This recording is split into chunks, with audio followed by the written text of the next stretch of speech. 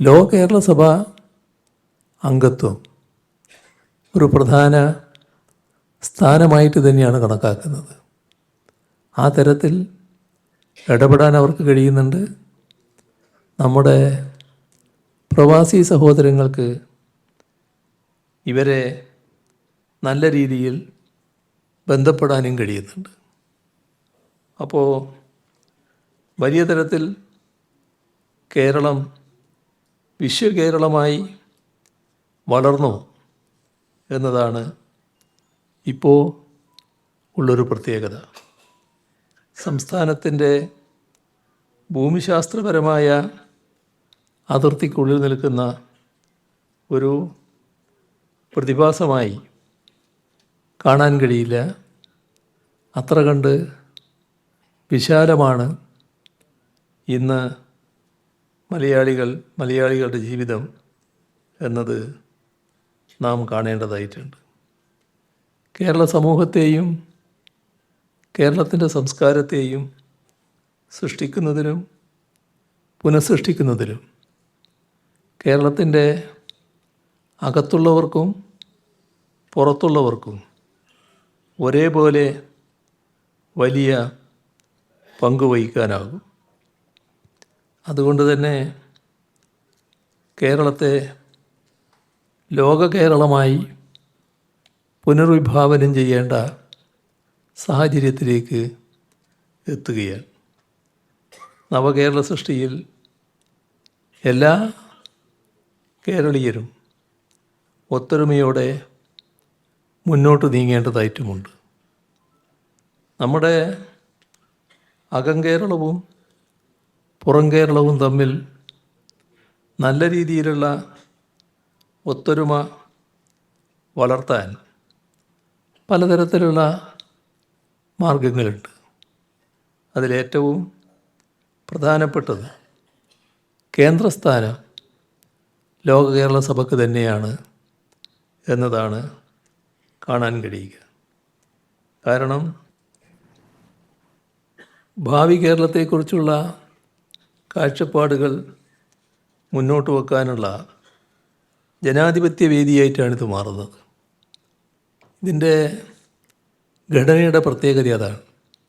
നിയമസഭാംഗങ്ങൾ, കേരളത്തിൽ നിന്നുള്ള പാർലമെൻറ്റ് അംഗങ്ങൾ, പിന്നെ ലോകത്തിലെ പ്രവാസികളുടെ ഇടയിൽ നിന്നുള്ള വിവിധ രാജ്യങ്ങളിലെ പ്രതിനിധികൾ, ഇവരെല്ലാം കൂടിയുള്ള ലോക കേരള സഭ എന്ന നിലയിലാണ് നാം ഈ സഭയ്ക്ക് രൂപം നൽകിയിട്ടുള്ളത്.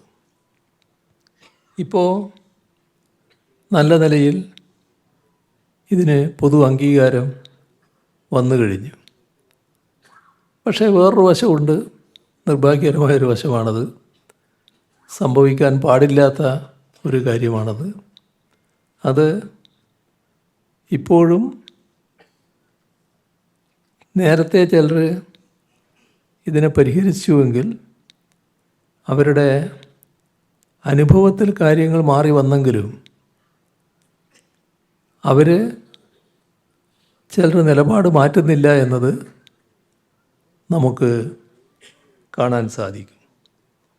അതിൻ്റെ ഭാഗമായി ലോക കേരള സഭയിൽ പങ്കെടുക്കുന്ന ആളുകളെ അടക്കം ചില ഘട്ടത്തിൽ മോശമായ രീതിയിൽ വിമർശിക്കുന്നത് നമ്മൾക്ക് കേൾക്കേണ്ടി വന്നിട്ടുണ്ട്.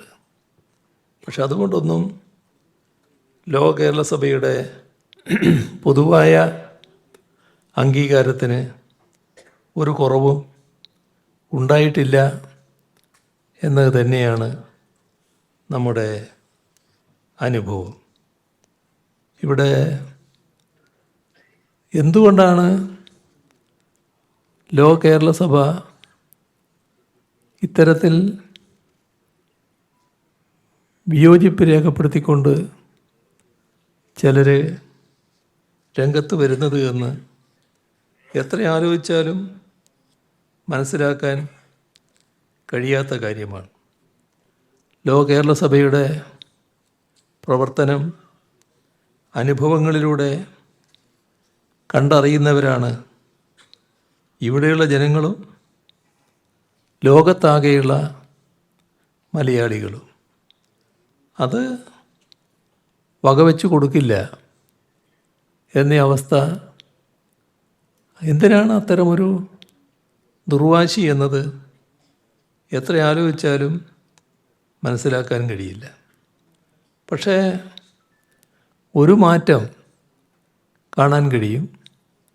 നേരത്തെയുള്ള അത്ര കഠിനമായ എതിർപ്പ് ഇപ്പോൾ ഇല്ല എന്ന് പറഞ്ഞാൽ അതും ഒരു ഭാഗത്ത് ശരിയാണ്. ഇപ്പോൾ നമ്മുടെ രാജ്യത്തിൻ്റെ അനുഭവം നേരത്തെ ബഹുമാനായ സ്പീക്കർ ചൂണ്ടിക്കാണിച്ചു. രാജ്യത്തിലെ കേന്ദ്ര ഗവൺമെൻറ് മറ്റ് സംസ്ഥാനങ്ങളോടൊക്കെ പറഞ്ഞത് കേരളത്തിൽ ഇങ്ങനെയൊരു സംവിധാനമുണ്ട്, അത് മാതൃകയാക്കേണ്ടതാണ്.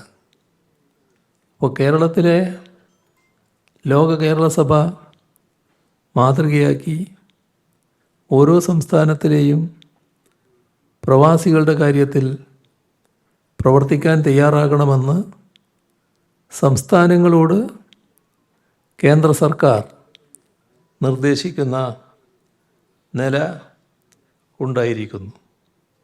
അപ്പോൾ എത്ര കണ്ട് മുൻകൂറായി നമുക്ക് കാര്യങ്ങൾ ചെയ്യാൻ കഴിഞ്ഞു, അത് ഏതെല്ലാം തരത്തിൽ സ്വീകരിക്കപ്പെടുന്നു എന്നതാണ് നാം കാണേണ്ടത്. നമ്മുടെ ലോകത്ത് വലിയ തോതിൽ പ്രവാസി സമൂഹമുള്ള ഒരു രാഷ്ട്രമാണ് ചൈന. ചൈനയെപ്പോലെ തന്നെ നല്ല പ്രവാസി സമൂഹമുള്ള രാജ്യമാണ് ഇന്ത്യ.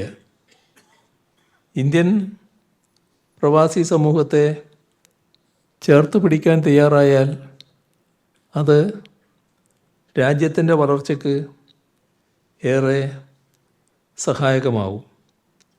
പ്രവാസി ദിവസ് പോലെയുള്ള